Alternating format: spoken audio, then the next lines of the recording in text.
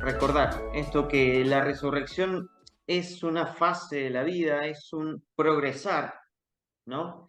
En donde atravesamos una puerta que se llama muerte, o le decimos muerte, pero no es solamente la muerte biológica, física, sino es también que podemos morir y resucitar a otras cosas. Pasar a etapas superadoras, pasar a estados superadores.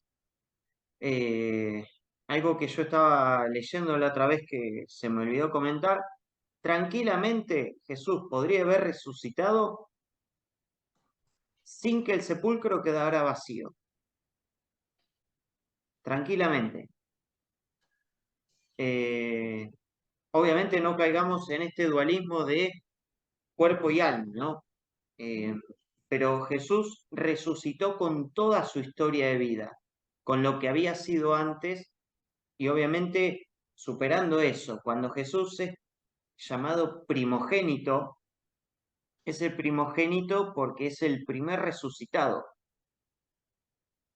y es el prototipo de creación que Dios quiere de nosotros.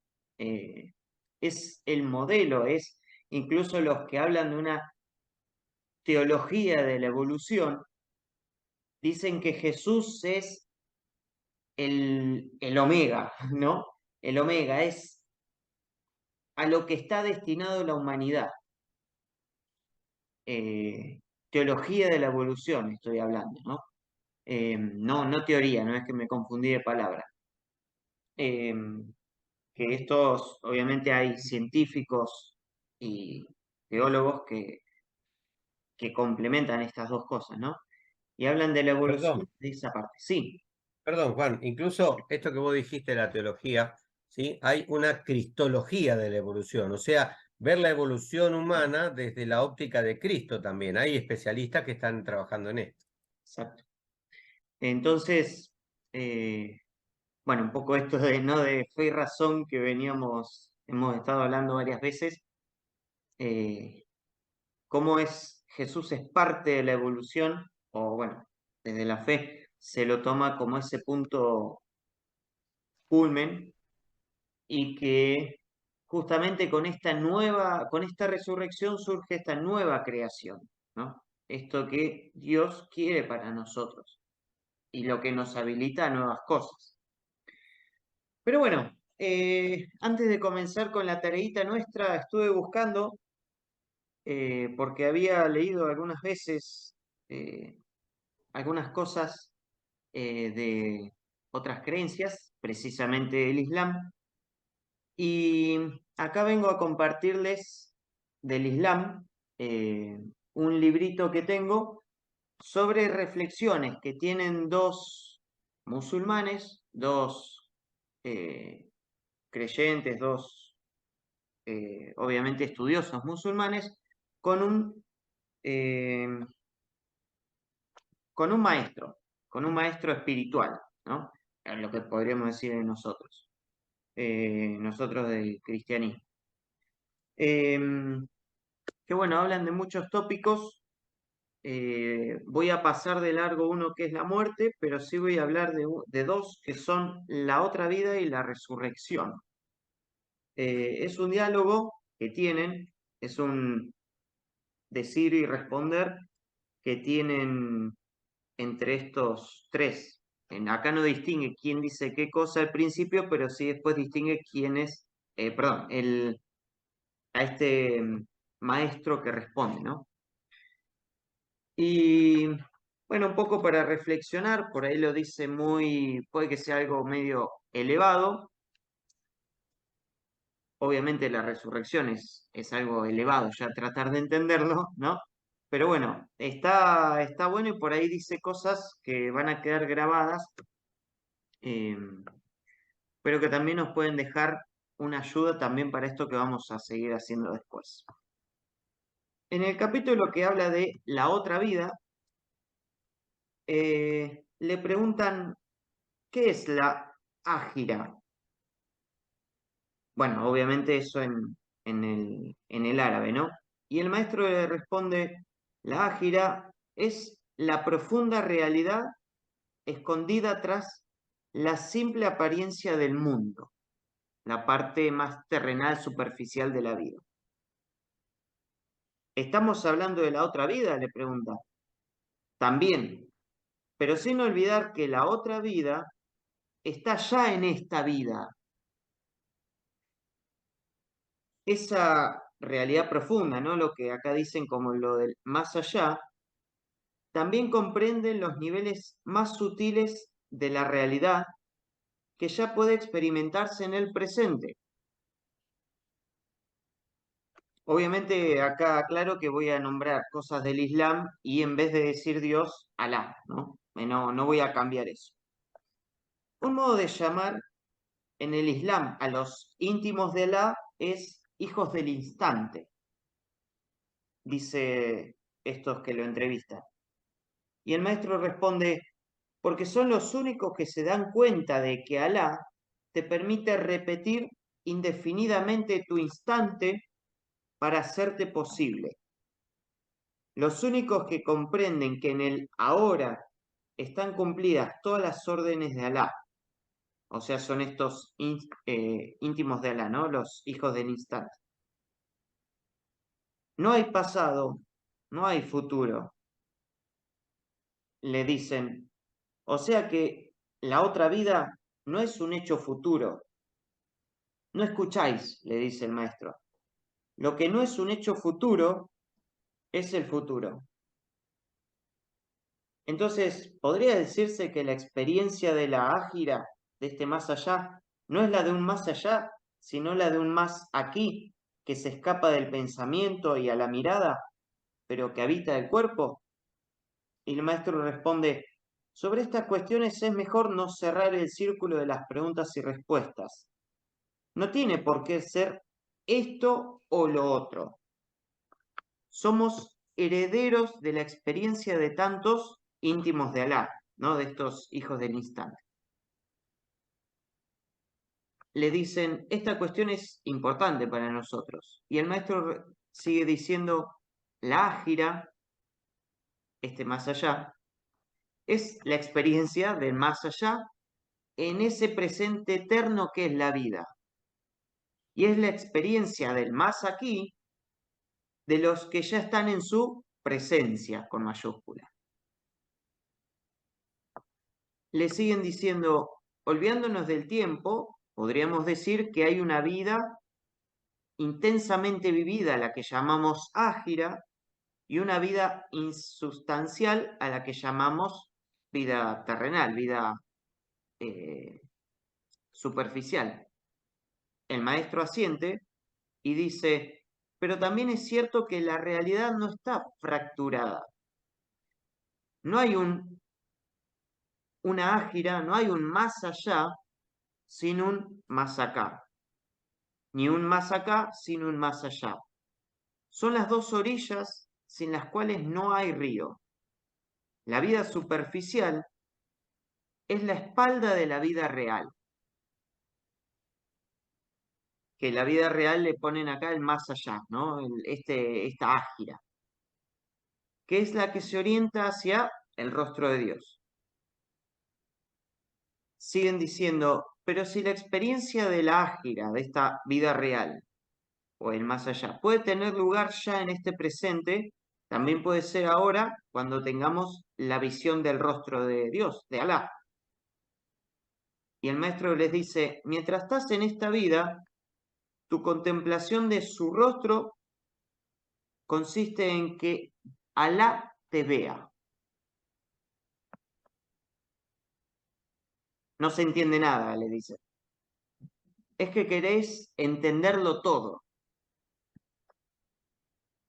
Bueno, y después siguen preguntándole, ¿y también son ahora el fuego y el jardín? Ahora explico eso. Siempre, ahora es todo.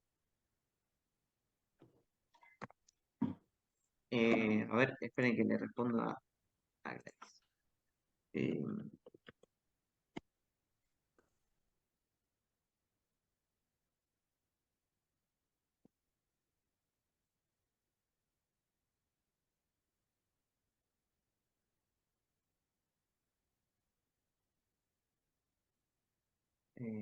Perdón. A ver. Bien. Esto del fuego y del jardín, obviamente el jardín como el paraíso para ellos, y el fuego se refiere para el musulmán, es aquello que esos ven, obviamente el paso de la vida del más acá al más allá, como que al paso de la muerte vos pasás por un puente donde hay un fuego, donde te purificás y pasás al jardín. Esa es la visión que tienen ellos. Bueno, y saltando a la parte de resurrección, dice, le preguntan, ¿cómo sucede la resurrección? Ellos creen en la resurrección y obviamente creen en Jesús, no al estilo nuestro del Mesías, pero sí en Jesús y en su segunda venida. Y ellos, cuando esté esa segunda venida, van a creer en Jesús como nosotros, como los cristianos. Bien, acá entonces le preguntan, ¿cómo sucede la resurrección? Le dice el maestro, la resurrección es solo la consecuencia de vivir intensamente la experiencia de la muerte. Le dicen, la muerte aboca en resurrección como un proceso natural. Pero el maestro le responde, resucitar es dejar ir a las cosas, a la gente, a donde tengan que ir, a donde les corresponda y no ponerle trabas. Si no hay trabas, la muerte nos deja ir hacia la resurrección. ¿Y resucitaremos con el cuerpo o con el espíritu? Le pregunta. Con esos planteamientos no se puede entender nada.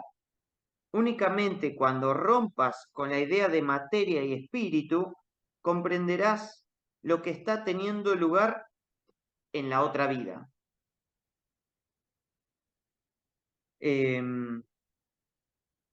Acá le dicen, sí, todo lo fragmentamos para poderlo comprender de alguna forma. Un mundo mental roto entre espíritu y materia, roto entre pasado y presente. Y el maestro les dice, y todas las otras fracturas que producimos en nuestra mente para sobrevivir. Fractura entre sueño y vigilia, entre espacio y tiempo, entre fuera y adentro. El Corán, con sus pasajes percusionantes, trata de que despiertes del sueño de la separación. Para coincidir contigo, para que coincida tu satisfacción con la satisfacción de Alá, debes saborear la unificación, con mayúscula, ¿no? Le siguen diciendo, dicho de otro modo, está claro que no tendría sentido proyectar alguna de nuestras cosas hacia la eternidad. ¿Qué es lo que resucita entonces de nosotros? Resucita nuestra sinceridad que pusimos en cada uno de nuestros actos. Bueno, acá siguen hablando otras cosas, eso lo salteo, y le siguen preguntando, hasta el final de nuestros días y más allá de ellos, estamos supeditados a nuestras acciones. El maestro asiente. Entonces le siguen diciendo, recapitulando, la otra vida se experimenta ahora y en el momento de la muerte. Cada uno de nosotros sufrirá un juicio, conocerá un fuego y experimentará una resurrección para gozar del jardín. Y luego, y le sigue diciendo el maestro, luego, lo único que hay que saber es una cosa. Siempre que el ser humano se repliega, lo que emerge es Alá. ¿Y la eternidad? ¿Cómo es esa sensación de permanencia en el tiempo que tanto ansiamos? El todo, con mayúsculas, saboreado como tu instante, es la única eternidad que te concierne. Le siguen diciendo, vaya giro en redondo. Estamos en el futuro más remoto y de nuevo estamos en el ahora. Bien, ¿y cómo podríamos explicar desde este punto de vista la resurrección? El Corán, le dice el maestro, el Corán habla de los que rechazan la resurrección Desde luego que se refiere a los que niegan que vaya a ocurrir algún día, pero también a los que no quieren experimentarla ya ahora. ¿Cómo podríamos resucitar ahora?, le preguntan. Y el maestro les responde, sin resistirnos a nuestra capacidad de transformación. Bien, esto va a quedar grabado para seguir por ahí rumiando, ¿no? Es un poquito elevado o muy místico, eh, pero bueno, sí. Pero bueno, está grabado y cualquier cosa, saben que estamos en WhatsApp y seguimos en esta charla. Pero bueno, como por ahí se puede ver o apreciar, obviamente para mí también es elevado, pero hablan de esto de que es todo uno, ¿no? No hay una vida terrenal, muerte y otra cosa más allá, es toda una vida que pasan a etapas, estados que se van superando. Incluso en la vida misma terrenal tenemos estas etapas a las que vamos muriendo y resucitando constantemente, ¿no? Podríamos decir esas capas de cebolla que se van reemplazando, no sé, eh, para surgir a lo nuevo, ¿no? Bien, ahora sí, sí, sí, sí, ¿qué resonancia se puede hacer? Mientras voy hablando con Gladys que está teniendo problemas con el audio. Ok, bueno, no, simplemente lo que he escuchado, maravillado, porque obviamente también he tenido la suerte de poder viajar una vez, que me tocó viajar a Japón y pasamos por Turquía de nuevo, de vuelta. Allí en Turquía fuimos a visitar la Mezquita Azul, que es abierta para cristianos y judíos también, donde podemos compartir oración, pero respetando obviamente las mujeres con el velo y los varones sin zapatos, bueno, todo el mundo sin zapatos. em, a diferencia de otros lugares de Turquía, con estos hermanos musulmanes, y ahí en el patio me enteré de muchas cosas. Esto, por ejemplo, que contaba Juan, ¿no? Del respeto de Jesús y la espera de esa resurrección, y cuando Él vuelva seremos todos una sola religión, o sea, porque Él lo va en Él va a juntar todo, o sea, hay una similitud, hay una cantidad de cosas, y esto que estaba escuchando de Juan, a mí me resonaba mucho lo que nosotros, en nuestros errores, que hemos cometido durante mucho tiempo con ese dualismo del que hablaba Juan, ¿no? El alma por un lado, el cuerpo por el otro. De hecho, antes del Concilio Vaticano II se hablaba salva tu alma. Y todavía muchos seguimos repitiendo, oremos para salvar el alma o por el alma de Pitutín. Y, o sea, Dios vino a humanizarse, o sea, Dios se encarnó, el misterio de la encarnación es hacerse carne. Entonces, ¿por qué separar digamos, de la carne del alma? Si Él vino a salvar la humanidad. Si volvemos a leer sin hacer resonancia de lo que nos dijeron que decía, vamos a leer con una novedad de resucitado. Precisamente, esto de decir, bueno, una nueva vida, como decía Juan José, yo le digo sinceramente, me resonaba un montón de cosas que fui estudiando a poco, algo de Pablo, por ahí algunas cosas, no sé si les ha pasado a alguno de ustedes, pero a mí me resonaba mucho esta mirada de una fe nuestra, ¿no? Y este Alá que no es más que Dios dicho en árabe, porque Allah, ¿sí? Es Dios hecho en árabe, y es el mismo Padre, porque es el Padre de Abraham, que Abraham fue el padre de Ismael, que es el padre de los musulmanes. O sea, Ismael por un lado e Isaac por el otro somos parientes. Y nosotros que somos descendientes de los judíos, somos parientes. O sea, hay una gran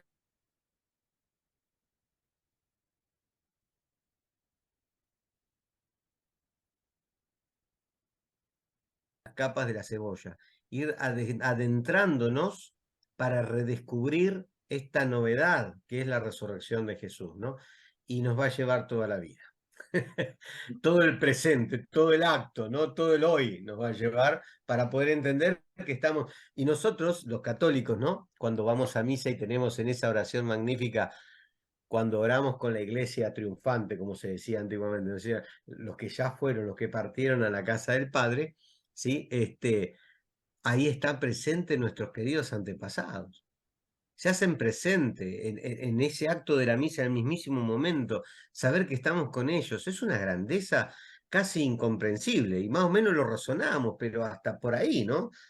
A veces no captamos la magnificencia de eso, lo grandioso que es, ¿no? Gracias, Juanchi, gracias, gente, por abarcarme un cachito, pero explotaba si no lo decía. Bien, también el resto, si tiene alguna repercusión, algo que haya hecho caer la ficha de la otra vez, o bueno, o si no, ahora fue más complicado todavía, no importa también. Yo quería compartir que acá en España, en el sur de España, la convivencia con los musulmanes es muy grande y entonces, y acá como los colegios son laicos, por lo tanto, aunque es un colegio salesiano, hay pluralidad de culto y es muy interesante el tema de charlar con los musulmanes porque uno tiene ese preconcepto del musulmán que mata por Alá, pero en realidad son extremismos que hay en todas las iglesias, ¿no? Y yo hablando, yo tengo un muy amigo que está casado con una chica católica y él es imán musulmán. La diferencia de un imán es que es un cura, o sea, que es un musulmán preparado, por lo cual puedes hablar de filosofía y teología espectacularmente. Y es interesantísimo compartir las experiencias religiosas. Y ahí fue donde yo también descubrí el gran respeto que le tienen ellos a Jesús, mucho más de lo que nosotros le tenemos muchas veces a su religión, porque como la tenemos mal versada, en realidad creo que ellos nos respetan mucho más como las tres grandes religiones, y las tres religiones que ellos mismos, hablando con él, me dice, la religión no deja de ser un dedo apuntando a la luna, lo importante es la luna para los tres, la veamos de la manera que la veamos. Así que sí, la verdad que el sacarse el prejuicio y leer partes, yo he ido a la Alhambra con ellos y te leen en árabe lo que significa para ellos la Alhambra, que para un católico significa más que una parte del arte. Para ellos es parte de, como para nosotros ir prácticamente al Vaticano. Hay que pensar que ellos no tienen dinero suficiente. En Cartagena, por ejemplo, no hay mezquita. ¿Por qué no? Porque no hay mezquita institucional. Ellos pueden constituir una mezquita en una casa de un imán, pero nosotros fuimos con todos un grupo de inmigrantes musulmanes a Granada, que fue el viaje de su vida, fue como haberlo llevado a un católico a conocer al Papa. Y entonces la emoción de compartir con ellos la fe pura, la fe de la... ¿Y qué tiene que ver con esto, no? La explicación complicadísima, pero que a mí me sonaba esta nueva concepción nuestra de la no dualidad, de que todos somos uno y que divinidad y hombre somos lo mismo, ¿no? Y bueno, explicado difícil, pero creo que si lo volvemos a leer, Sí, sí. llegamos a eso, ¿no? De última, después puedo transcribirlo y lo paso para que ustedes lo puedan rumiar mejor. Incluso por ahí con las palabras y lo que quiere decir cada palabrita. Pero sí, justamente los dos autores que son una pareja que escriben este libro son también musulmanes de España. El varón era cristiano y se pasó al musulmán. Es con quien aprendí arameo. Y ellos ahí se encuentran con un shaykh, se llama, esta especie de maestro de la corriente sufí en Marruecos. Y bueno, pasan un tiempo y bueno, van hablando de la vida y van resumiendo, recopilando estas cosas. Y sí, o sea, incluso hasta me acuerdo que nos han dicho, si quieren ayuda para interpretar la Biblia, pregúntenle al musulmán también, porque ellos tienen esta orientalidad, ¿no? Esta concepción oriental de donde salió la Biblia. Entonces, ellos lo que leen es muy contextual para ellos. Entonces, ayuda mucho Sí, que un ayudan mucho musulmán, y la entienden mucho más naturalmente que nosotros a veces. sí. Es O sea, es como si interesantísimo. nosotros nos preguntaran del El diálogo lutano. interreligioso a mí me apasiona, la verdad. tal cual. Es como si nosotros tuviéramos que explicar del lunfardo. Nosotros lo tenemos así, lo mismo. Bueno, incluso nos pasó, me acuerdo anecdóticamente, eh, las primeras veces escuchando en simposio a esta pareja de musulmanes, me acuerdo que un compañero mío dice, son más cristianos que nosotros, por cómo son muy prácticos, son muy prácticos. Y obviamente todo lo que hacen tiene un significado en su vida y en su día a día y para su fe. Y Eh, no sé si recordarás que también en el Corán hay un libro, un sura, se le dice, que se llama Miriam, que está destinado a sí, María. O sea, hablan más de María que nosotros en la Biblia casi, ¿no? Y una maravilla, porque hay muchas cosas que son muy cercanas. Después hay diferencias, pero no vamos a hacer propaganda proselitista hacia el Islam. Pero bueno, sabemos que estamos muy hermanados, muy hermanados. sí, Más que primos hermanos, somos hermanos casi, ¿no? Pero lo que sí llama la atención y es lo que choca es la relación hombre-mujer, que esa existe y es un problema cultural, digamos, ¿no? Porque el tema de entrar por la mezquita, como vos decís, que las mujeres tuvimos que dar toda la vuelta y todas esas sí, cosas, eso creo que es lo que culturalmente más los choca. Pero en el fondo, las mujeres en España lo que no tienen es esa diferencia que por ahí en su tierra la tienen mucho más, ¿no? Entonces, pero bueno, eso es lo que choca culturalmente ah, mucho. mm, tal cual. Bueno, sí, Lili, ibas a decir algo. No se escucha.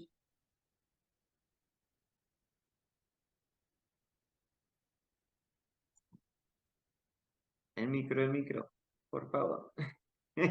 Ese micrófono.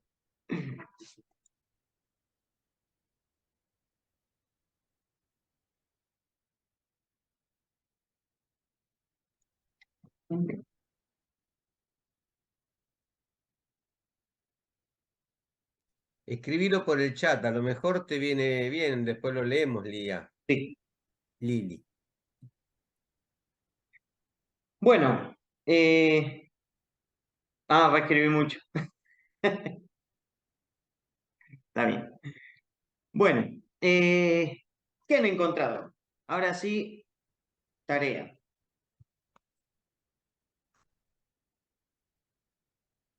¿Qué han buscado? ¿Qué han encontrado?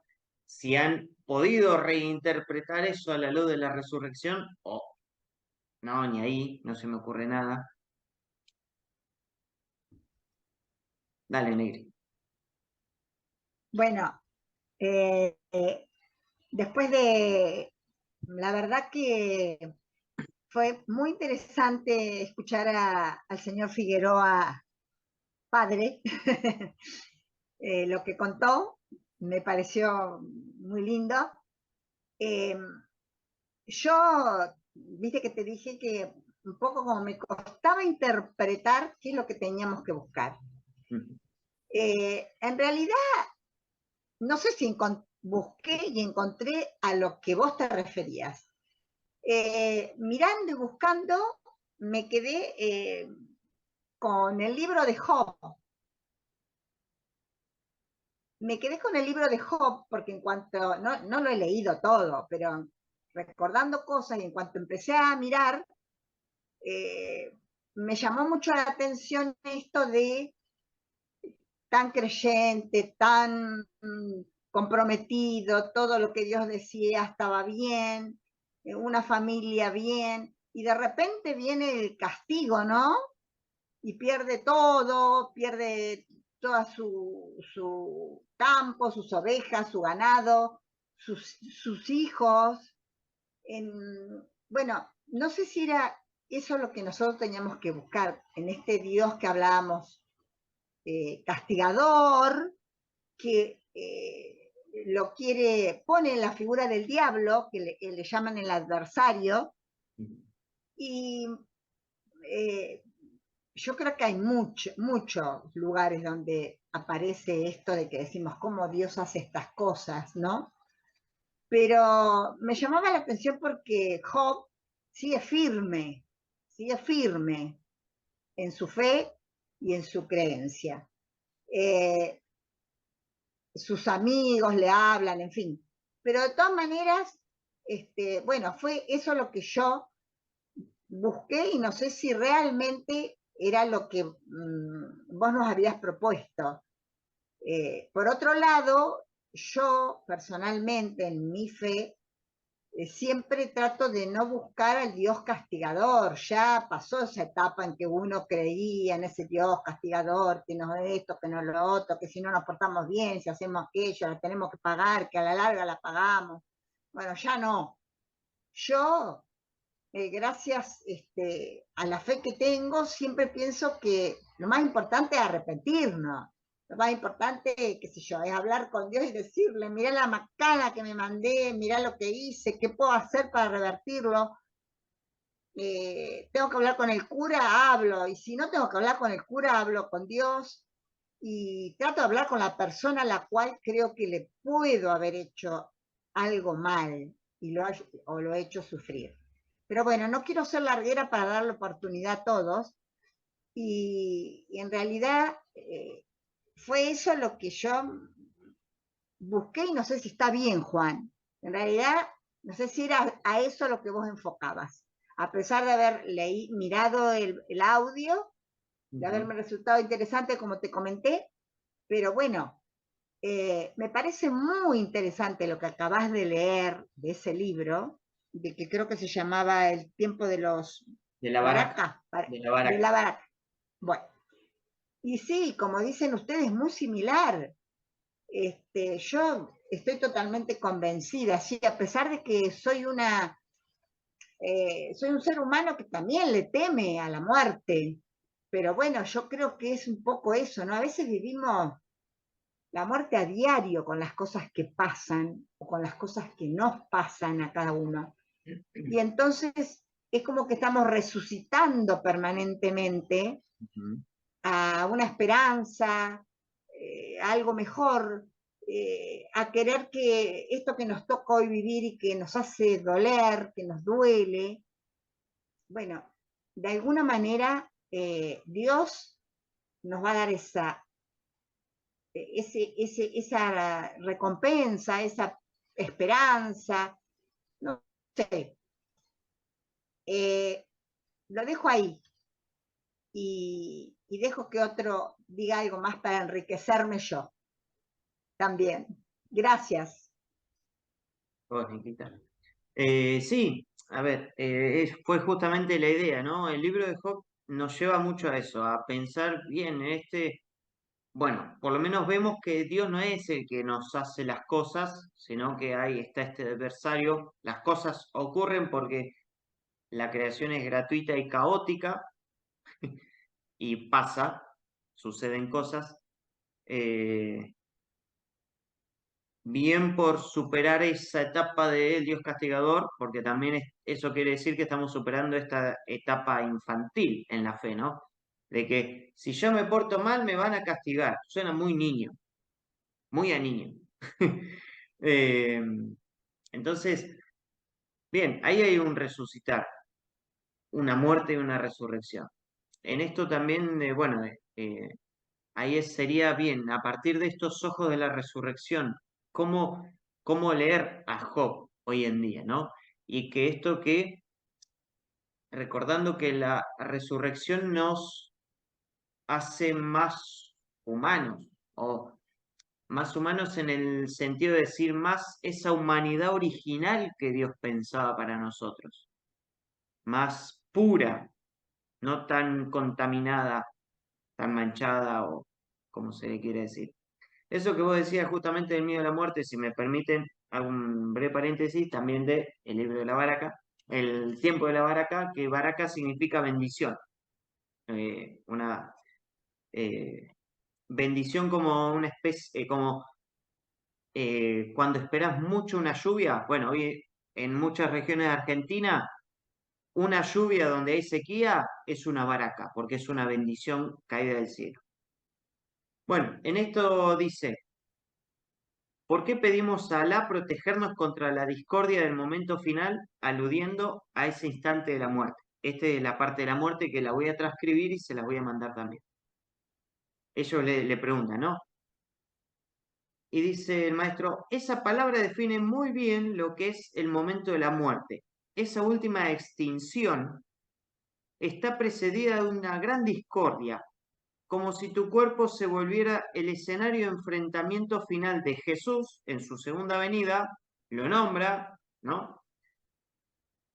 Repito eso, como si tu cuerpo se volviera el escenario del enfrentamiento final de Jesús en su segunda venida y el falso Mesías, ese curandero embaucador que trata de destruir tu paso al otro universo.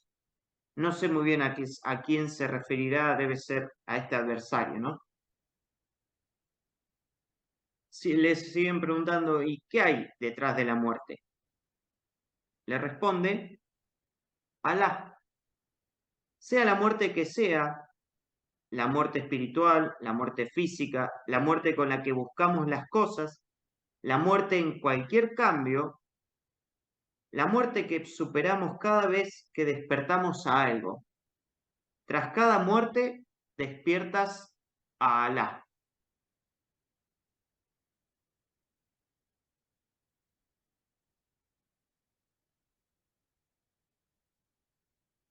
Sí, bueno, después le siguen diciendo, todos volveremos a Alá. Amén, le responde Amín, le responde el maestro, ¿no? Si hemos definido a Alá como lo real, como lo verdadero, cada muerte es seguida por un encuentro con Alá, que es lo que hace verdadero lo que había antes de esa muerte. Bueno, hasta ahí llego porque si no, seguimos robando tiempo. Bien, si alguien quiere agregar más a esto de Job,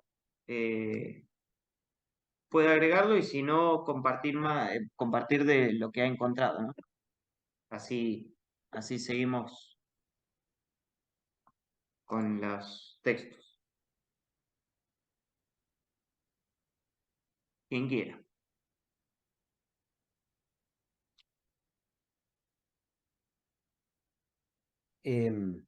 Precisamente lo que vos decís de Baraka, ¿no? Que me acuerdo cuando nos enseñaban, es lo que yo hacía con el gesto, ¿no? Cuando uno da la bendición a su hijo, es eso, es Baraka. Y, oh casualidad, en arameo Baraka tiene la misma raíz, la B larga, la R y la K, que a veces es J, Baruch en hebreo, Baruch atah Adonai, bendito sea Señor. Justamente son esas tres letras, Bet, Resh y Kaf, ¿no? Que son familia de palabras que tienen un mismo significado, una misma esencia. Y precisamente en Job es un libro maravilloso, porque claro, asusta. Yo me acuerdo el famoso Dios me lo dio, Dios me lo quitó, bendito sea el Señor. Y miércoles como duele. Dios Pero ajusta, claro, hay pero que hacer, no. Dios aprieta, claro, pero pero no. hay que hacer una interpretación más nueva, ¿no? O sea, claro, ¿qué quería decir el autor? Que los buenos a veces tienen más suerte, perdón, los malos tienen a veces más suerte que los buenos en la vida real, y sin embargo, no hay que perder la fe de alguna manera, no es un llamado a eso, el autor tira un poquito en resumen esto y alguna otra cosa también. Bueno, yo elegí brevemente, voy a hacer así, también otros pueden usar. A mí me vi un poco un signo de resurrección cuando estuve buscando Esdras, ¿no? Y tuve que ir a Crónicas 2, donde habla del exilio de los judíos a Babilonia, ¿sí? No voy a leerlo porque es una extensión enorme, pero bueno, todos sabemos que los judíos fueron llevados a Babilonia por el rey Nabucodonosor, y resulta que, bueno, allí perdieron todo porque quemaron el templo, o sea, su signo de centro y de diálogo con Dios fue destruido y encima fueron llevados, ¿no? Los que fueron capturados fueron llevados a Babilonia. Y me acuerdo del Salmo 137, que yo he cantado varias veces en la parroquia. En los ríos de Babilonia nos sentábamos a llorar, acordándonos de Sión, ¿no? Con ese lamento musical que expresa precisamente el dolor que ellos tenían de la nostalgia de su tierra y de su Dios y todo eso, ¿no? Donde colgaban las arpas y no podían cantarla a Dios en tierra extranjera. Una maravilla eso. Y era como un gran dolor, duelo, muerte, separación, ¿no es cierto? Algo que purgar. Y luego viene un tipo, un tal Ciro II de Persia, y le gana a los babilónicos y libera al pueblo y los devuelve a su tierra y encima en nombre del Dios de los judíos, ¿no? Porque cuando este muchacho iba creciendo, ¿no? Esta gente, precisamente Ciro II, cuando va a Ur de Caldea, va a hablar desde Marduk, el dios de los caldeos, ¿no? El dios grande de los babilónicos. Y cuando va después a otro lado, bueno, con el otro dios y siempre con el dios grande de su pueblo. Ustedes fíjense que Dios se vale dice, digo bien, ¿no? Porque españolmente, digamos, en la lengua española se acepta esta. Se vale de un ateo, de un no creyente, porque no era creyente en Dios Yahvé, para poder restaurar la fe de su pueblo y el templo encima, ¿no? Con un edicto, con una orden, este rey Ciro hace reconstruir el templo de Israel, que era fundamental. Esta era otro tipo de política en aquel momento, que era una forma de imperio nuevo. Cada pueblo que iba sucumbiendo a su poder, él respetaba su religión y respetaba sus costumbres, ¿no? Pero son míos, a mí me pagan el impuesto. De alguna manera, piola, ¿no? Y esto es lo que restituye. Digo, cómo el pueblo de Israel de alguna manera entiende esa resurrección, esa Pascua, ¿no? Y eso, digo yo, me pregunto y me lo vuelvo a preguntar, ¿cuántas veces por estar dialogando con alguien que no es creyente y nos ha querido dar un atisbo de Pascua, simplemente por eso nos hemos negado a la Pascua, ¿no? A esa pequeña Pascua de todos los días, como bien decían algunos de ustedes.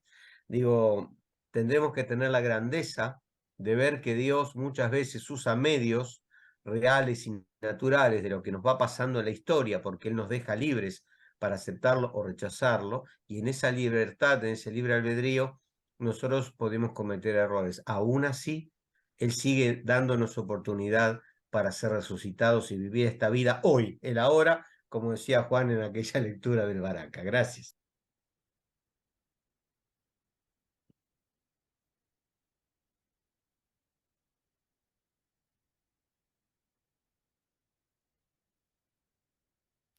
Y me encantó el ejercicio, Juan, por supuesto, ¿no? Me reencantó.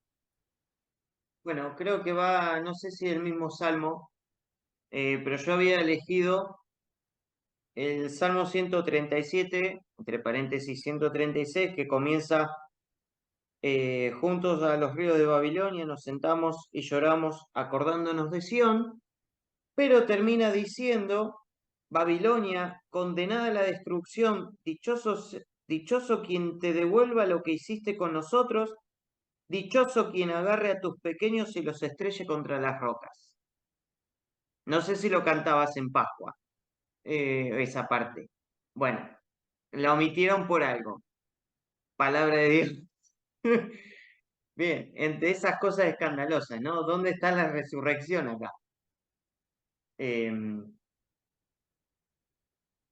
Obviamente estamos, yo creo, en mi interpretación mía, estamos hablando justamente de un sentimiento de venganza, ¿no? De furia hacia el que te oprimió.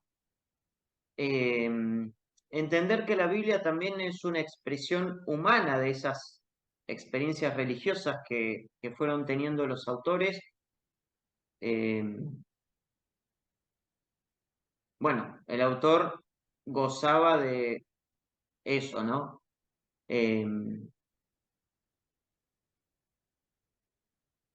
Pero creo que, bueno, habría que leer bien todo el Salmo, porque, bueno, hay partes en esto de que va siempre con el lamento hacia la Jerusalén, ¿no? La Jerusalén que está lejos de la que me despojaron, de la que me arrancaron, eh, que se me pegue la lengua al paladar si no me acordara de ti, si no supiera, si no pusieran a Jerusalén por encima de toda alegría.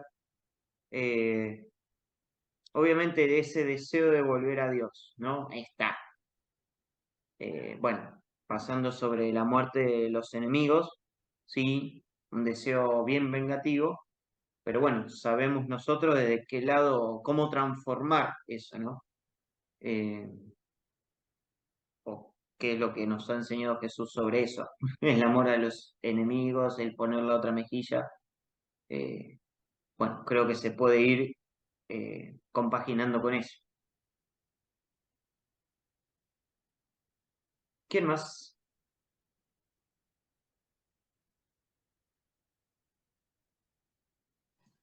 Yo puedo contar un poco como lo que hice, también un poco la interpretación de cada uno del ejercicio, ¿no? Sí, sí. Un poco lo que hice fue buscar en Google, como propusiste, y la pregunta en Google fue, ¿a cuánta gente mató Dios? Y encontré un cuadro espectacular donde está Éxodo, por ejemplo, Éxodo 12, 29, 30 mató a 1.000.000. En Éxodo 14, 8, 26 mató a 5.000, que tiene que ver con todo el rasgo histórico de que en esa época Dios mataba a la gente, y me hizo acordar todo esto a mi primer curso de catequesis que hice ahí en Santa Julia con Javier Aguirre, cuando recién era un niño.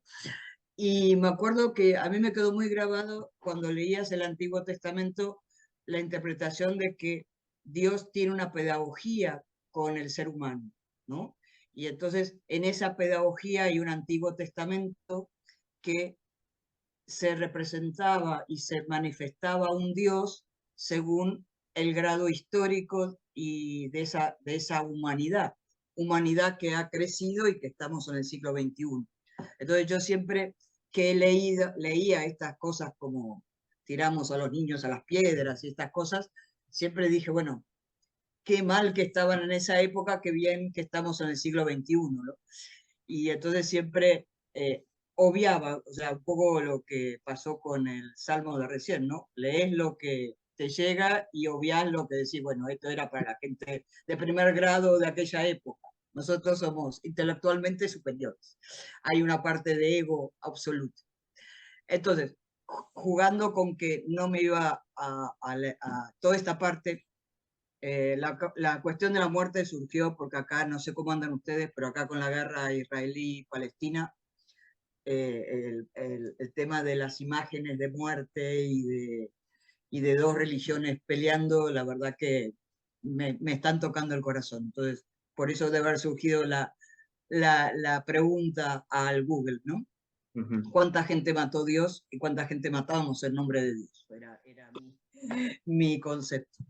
Y en eso, como dije, bueno, vayamos al Nuevo Testamento, y encontré algo que tiene que ver más que nada con mi personalidad, pero que es algo que siempre que lo leo en el Nuevo Testamento a mí me choca, y es la parábola de los talentos.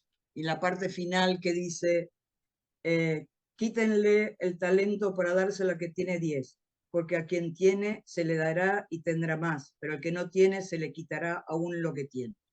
Y esto está en el Nuevo Testamento, y a mí siempre esa imagen de un Dios castigador en el Nuevo Testamento siempre me ha chocado. Y yo soy muy autoperfeccionista, y este tema de, bueno, siempre dije, los que tenemos talentos en esta parte somos muy responsables de nuestros talentos, y eso me ha llevado en mi juventud a tener una relación con un Dios exigente. Y ahora en la ancianidad no, pero en la edad madura estoy teniendo una nueva relación con un Dios mucho más amoroso. Y entonces en ese cambio mental y de relación personal con Dios, este texto, este y el de los talentos y el que le da y el que esconde la moneda y el que no me sale, el fiel, el que le da, no le da los talentos, pero le da las monedas, y también el que se cuida y el que es un poco más débil. Hay un Dios en el Nuevo Testamento que es un poco tirano, para mi gusto.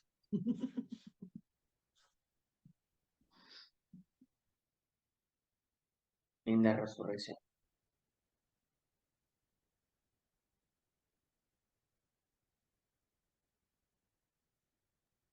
Bueno, yo busqué otro, no el mismo que él.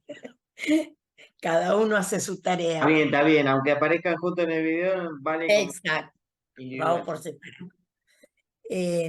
Cuando vos propusiste esto, yo me acordé de cuando hicimos el programa de las mujeres en la Biblia, cuando estudiamos Tamar, aquella mujer que se casó con uno de los hijos de Judá, con el primer hijo, quien Dios le quita la vida por haberse portado mal a este hombre, y ella por la ley del levirato se tiene que casar con el segundo. El segundo hijo no quiere tener hijos que sean de su hermano, por la ley del levirato. Por lo tanto, Dios también le da muerte. Cuando el tercer hijo tiene que casarse, todavía es menor, entonces igualmente Judá no se lo quiere dar para que tampoco Dios se lo quite. Entonces la manda a ella a vivir con su padre y ella vestida de viuda. Cuando Judá enviudece, va una vez a una ciudad a esquilar ovejas y ella se entera y Tamar se saca la ropa de viuda, dice en la Biblia, y se viste de prostituta. Tiene relaciones con su suegro y queda embarazada. A todo esto, él le pregunta qué le va a cobrar. Ella le dice un cabrito, pero antes que se lo mande, que le deje su sello, su cíngulo y su bastón. O sea, le tuvo que dar todo, ¿no? Cuando Judá le manda con un amigo el cabrito, todos en el pueblo le dicen que en ese lugar no hay prostitutas. Y él se entera que además Tamar está embarazada, a la que quiere matar por haberse embarazado, siendo que tenía que casarse con su tercer hijo. Y entonces ella le manda a decir que el dueño de esas cosas que ella tenía era el padre de sus hijos. Digo sus hijos porque tuvo mellizos. Así que Judá tuvo que cerrar la boca y aceptar. De esos hijos mellizos, uno es Pérez, con ese, que es el antepasado de David y de Jesús. O sea que Tamar también viene a ser una abuelastra de Jesús. Entonces yo en este pasaje, que es horrible, porque pobre mujer, le han hecho de todo, todos estos hombres, se ve cómo Dios también pone la parte divina, la parte buena en ella, haciéndola precisamente de la familia de su propio hijo, ¿no? Esa es la resurrección en ella, ¿no? De ella.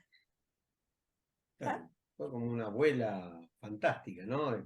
No sé si tatarabuela, ¿no? Perdí el hilo de cuántos más en el medio, pero vieron que allá se manejan por ramas, ¿no? Entonces, claro, es parienta de Jesús. Aparte que ella no buscaba prostituirse, sino tener hijos de la sangre de su primer marido. Claro, porque ahí la sangre es muy importante. Estaba buscando algo. Descendencia, claro.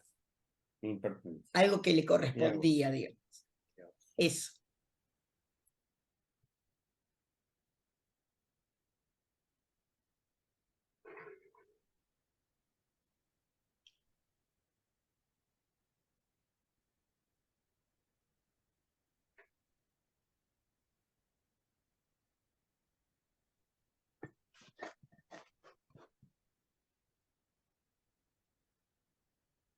Acá Ana me había pasado un texto que hoy no iba a poder estar, pero le dije que al grabarlo eso me lo podía mandar y charlarlo entre nosotros, que justamente me había dicho que fue de este domingo, la lectura de este domingo.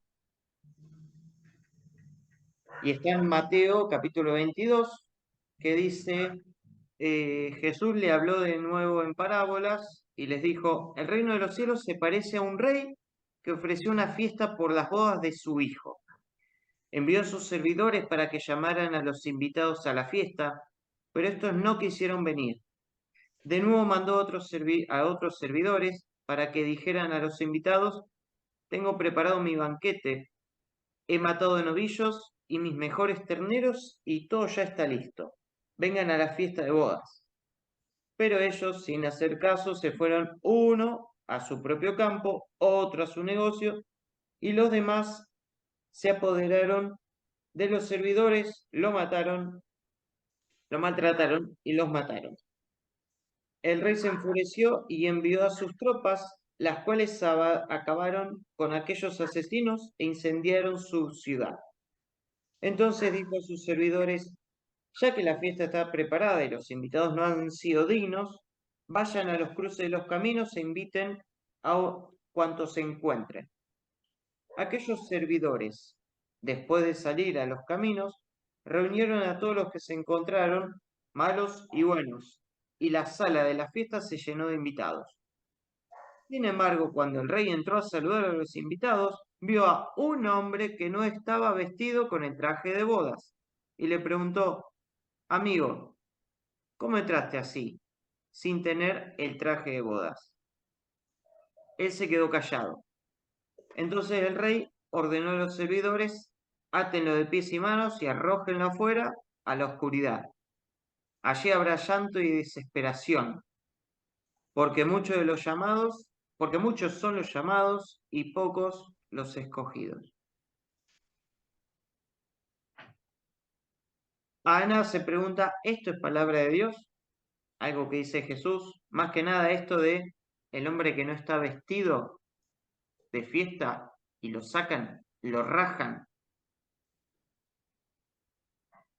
¿Dónde hay resurrección acá? ¿O cómo lo podemos leer a partir de la resurrección, este texto? Gladys. Bueno, primero que nada felicito a mis hermanos que han estado compartiendo sus reflexiones y todo su conocimiento que han ido adquiriendo a través de lo que han leído. Yo pido disculpas porque la verdad de las cosas he tenido mucho trabajo, mucha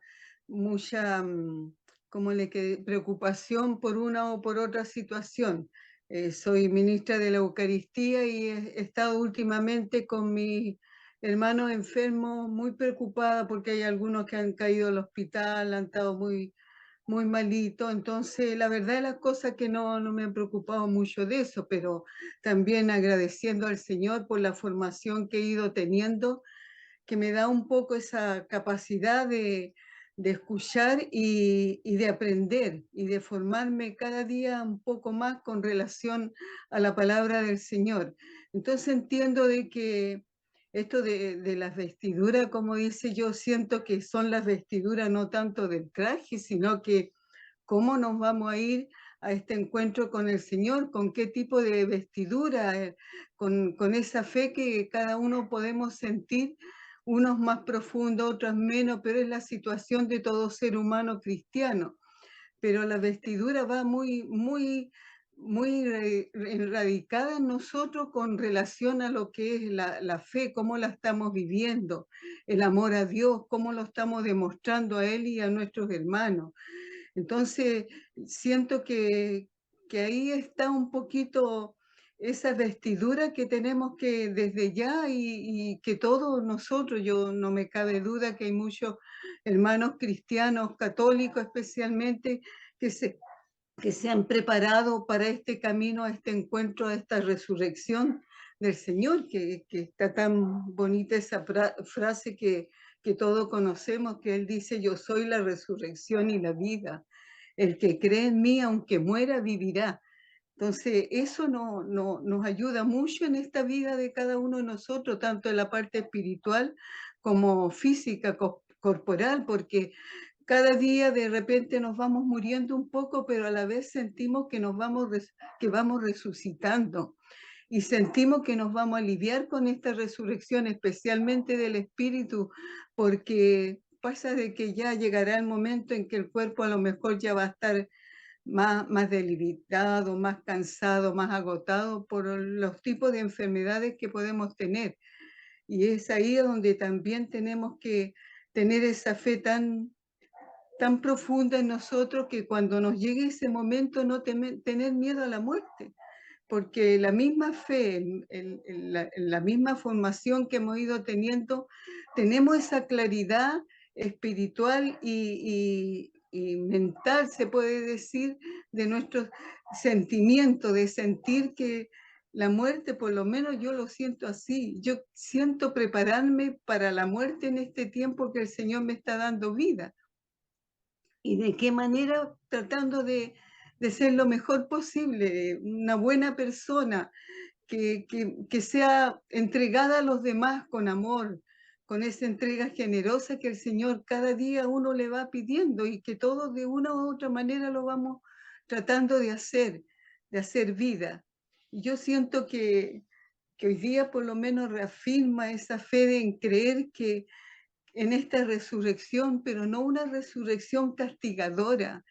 Yo siento que el Señor va a mirar más nuestras acciones, nuestras obras buenas, que nuestra situación de fragilidad, de falta a lo mejor de lo que hemos hecho por los demás y no lo hemos hecho.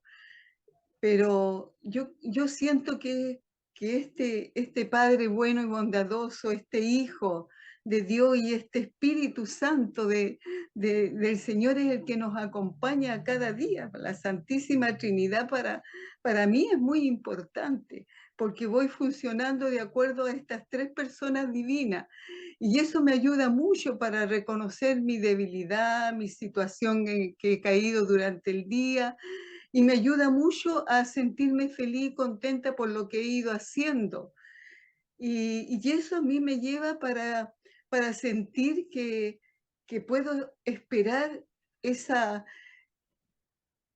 llegada al cielo, como se dice, ese camino que me conduce al cielo, y cada día pidiendo perdón por esa fragilidad que uno va sintiendo, que no debería tanto caer a lo mejor en una mala actitud, en un mal sentimiento, qué sé yo, una mala acción.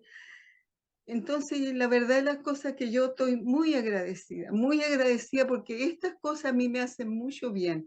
Estas reflexiones de mis hermanos, ahora del sacerdote, de la religiosa y de todos mis hermanos que han estado ahí opinando, me llega al alma porque yo siento el sentir de ellos de una u otra manera, y cuando no lo siento, aprendo. Entonces, eso a mí me ayuda mucho y les doy las gracias a esta oportunidad sobre a usted, el anfitrión que es el que nos está dando también estas instancias tan bonitas. Yo las veces que me las he perdido ha sido por situaciones que no están al alcance a poder estar y lograr esto, pero han habido otras circunstancias que para mí han sido como mucho más todavía estar ahí donde tenía que estar. Sentir un poco que no pude estar, pero ves que me he integrado a este grupo, quedo muy contenta y muy agradecida. Eso. Gracias, Gladys.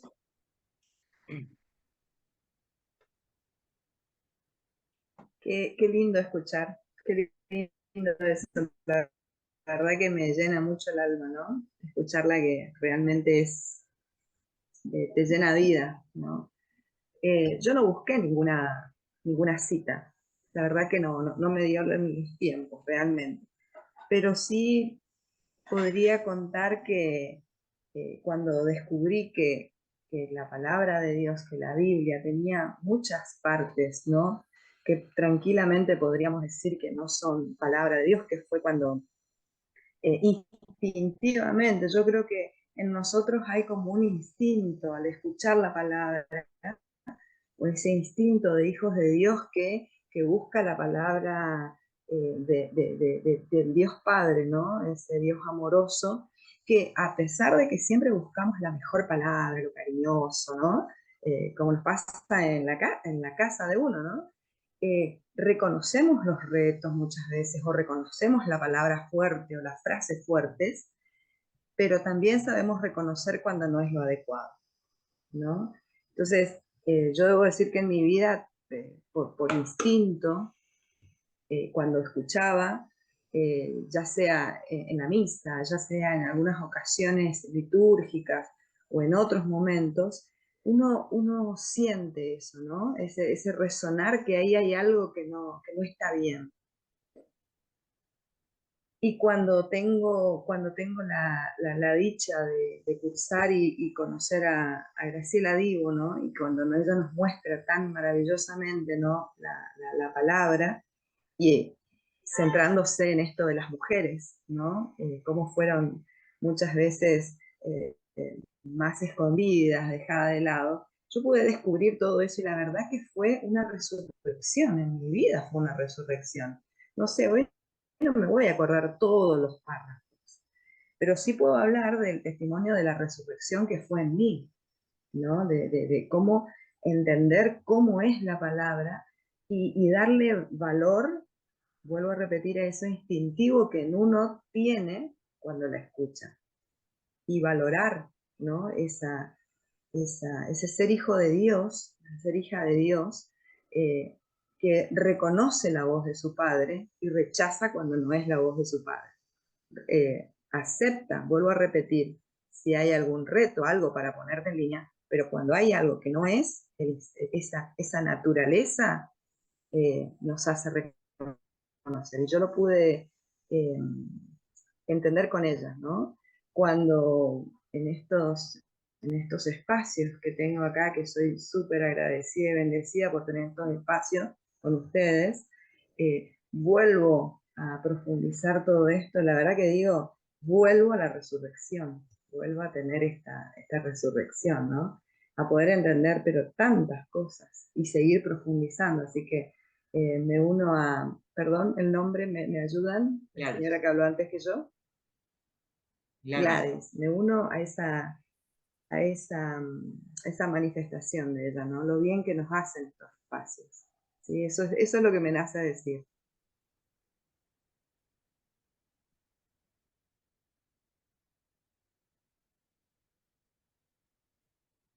No se escucha, Lili. No.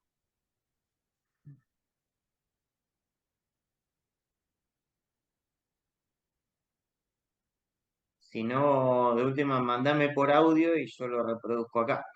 No sé, como quieras. Mientras graba el audio, si habla otro, si quiere comentar algo otro.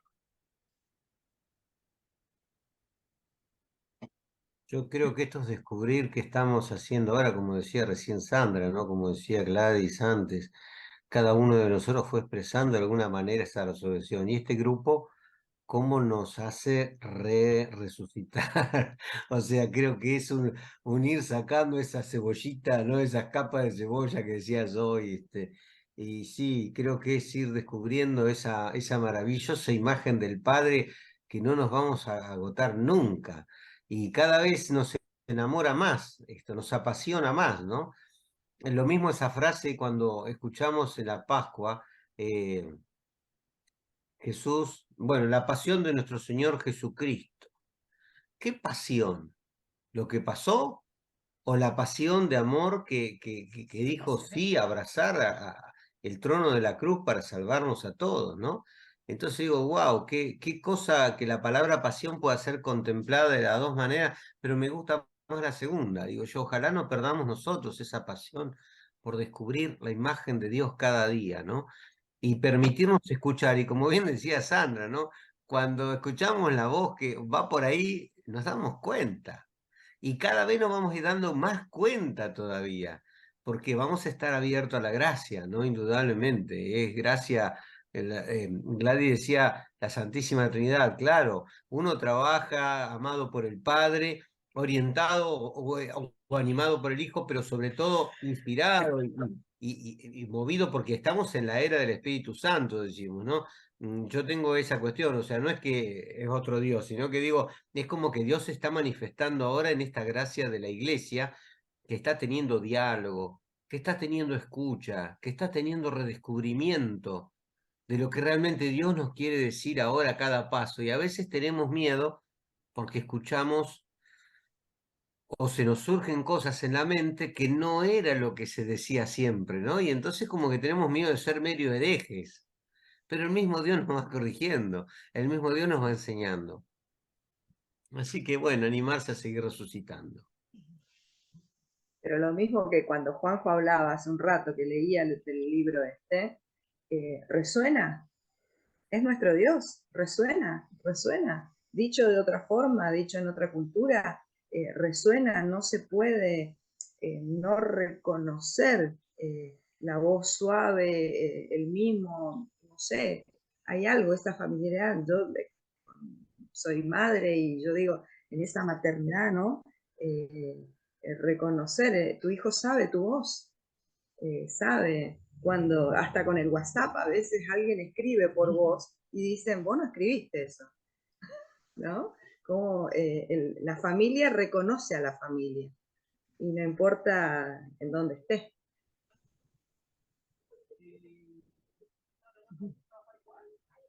¿No dice la Biblia, las ovejas reconocen al pastor por su voz?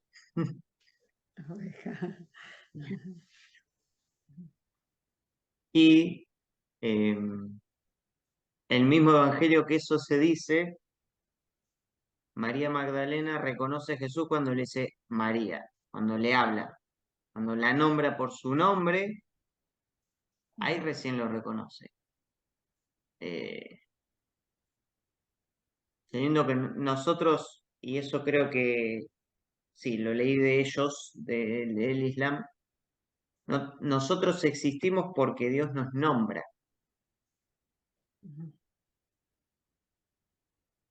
La creación fue nombrar, y Dios dijo, y en un momento dijo, hagamos, o sea, en plural. ¿Con quién estaba? Si el chabón estaba solo, ¿no? Hagamos al hombre nuestra imagen y semejanza. Bueno, hay una maravillosa teología en eso. Y hablando de teología, hoy estaba, mientras lo escuchaba, esto de ir descubriendo a Dios es ir haciendo teología. Logos, estudio de Dios, ir reconociendo a Dios. La teología no es estática. A veces cuando escuchamos la palabra tradición, sí pareciera que fue una estatua de bronce. Yo me acuerdo de un obispo jesuita, cuando en Medellín me tocó hacer un curso de Congreso Internacional de Liturgia y Pastoral, un jesuita, obispo de allí, gritaba, no, la tradición es mientras vamos haciendo. La tradición es viva en la iglesia, es el ir haciendo, ¿no? Y a veces escucho, a veces y leo tantas cosas que son tan opuestas, ¿no? Esa dureza, esa rigidez que dice, no, porque la tradición fue traditio, ¿no? Mientras se va haciendo, mientras se va pasando, ¿no? Bueno, mucho por orar y pedir al Dios Padre que sigamos sacando capas de cebollitas. Ahí voy a poner el audio de Lili. A ver, espero que se escuche. Bueno, lamento que se me había caído por atrás de la mesa de la computadora en parlante el micrófono y en lugar de hacerle bien parece que lo descompagino más. Lo siento.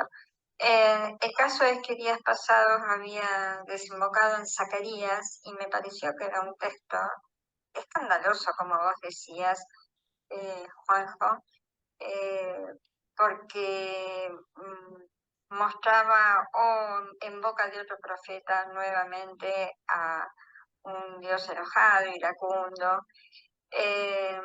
Estoy como Gladys, con una situación muy particular que me restó la posibilidad de masticar tranquila la tarea que nos diste, porque tengo a mi cuñada internada, y bueno, nos tiene muy preocupados, un montón de dificultades y la desmejoría paulatina, ¿no? No quiere ser justificación, simplemente comentar cuál es mi situación en cuanto a los tiempos. Veo la resurrección en las visiones de Zacarías, que da mensajes y da promesas de parte del Señor. Al mismo tiempo que hablo de destrucción, como que al rato, digamos, avanzando en los textos, va haciendo las promesas y manifestando ese enamoramiento de Dios respecto a su pueblo amado, a su pueblo elegido, a quien perdona y perdona y a quien le da oportunidades nuevas. Personalmente, la resurrección yo la experimento con mucha frecuencia, Por ejemplo, venir caminando días pasados de noche ya del hospital a pie. Y bueno, uno tiene el corazón o el pecho medio oprimido, pero sin embargo, haciendo ese ejercicio de contemplación, de encontrar al Dios de adentro, sentir una liviandad, de pronto entrar en una etapa, en un momento de gozo profundo, como para poder decir, Señor, vos sos mi gozo. En la angustia, vos sos mi alegría, vos sos mi gozo. Y sentir una liviandad, incluso la sensación física de estar flotando, de estar envueltos en el amor de Dios, ¿no? Bueno, algo así, algo así. No sé si va a salir bien. Lo lamento porque no es un intercambio contemporáneo y de paso aprovecho a agradecer las intervenciones con un aporte tan profundo de todos ustedes. Adiós, un abrazo, hasta luego.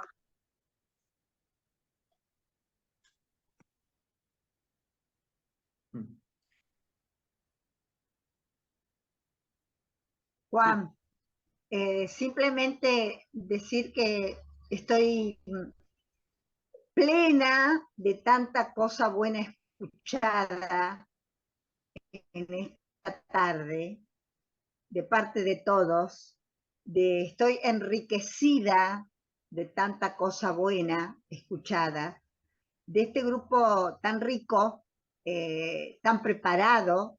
A veces, te lo he dicho a vos, es como que me siento sapo de otro pozo, pero bueno, la realidad es que estoy muy agradecida al aporte de cada uno y principalmente al tuyo, que es como quien nos motiva, ¿no? Así que muchísimas, muchísimas gracias.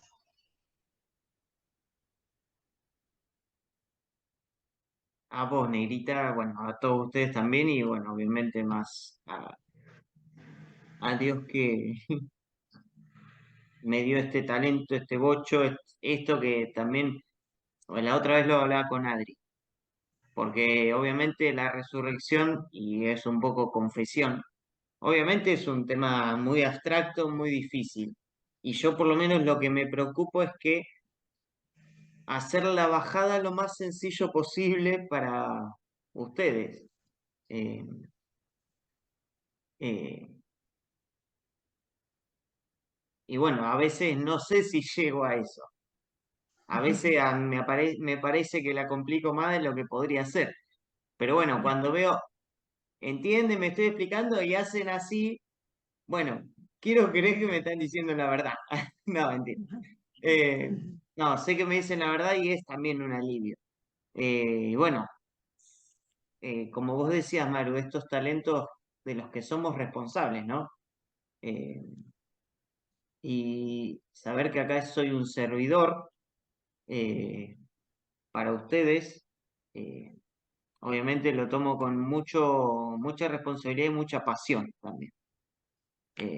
Y bueno, y cada día también voy muriendo a cosas y resucitando para esto, eh, para algo que obviamente me apasiona. Si es que no se nota, lo digo.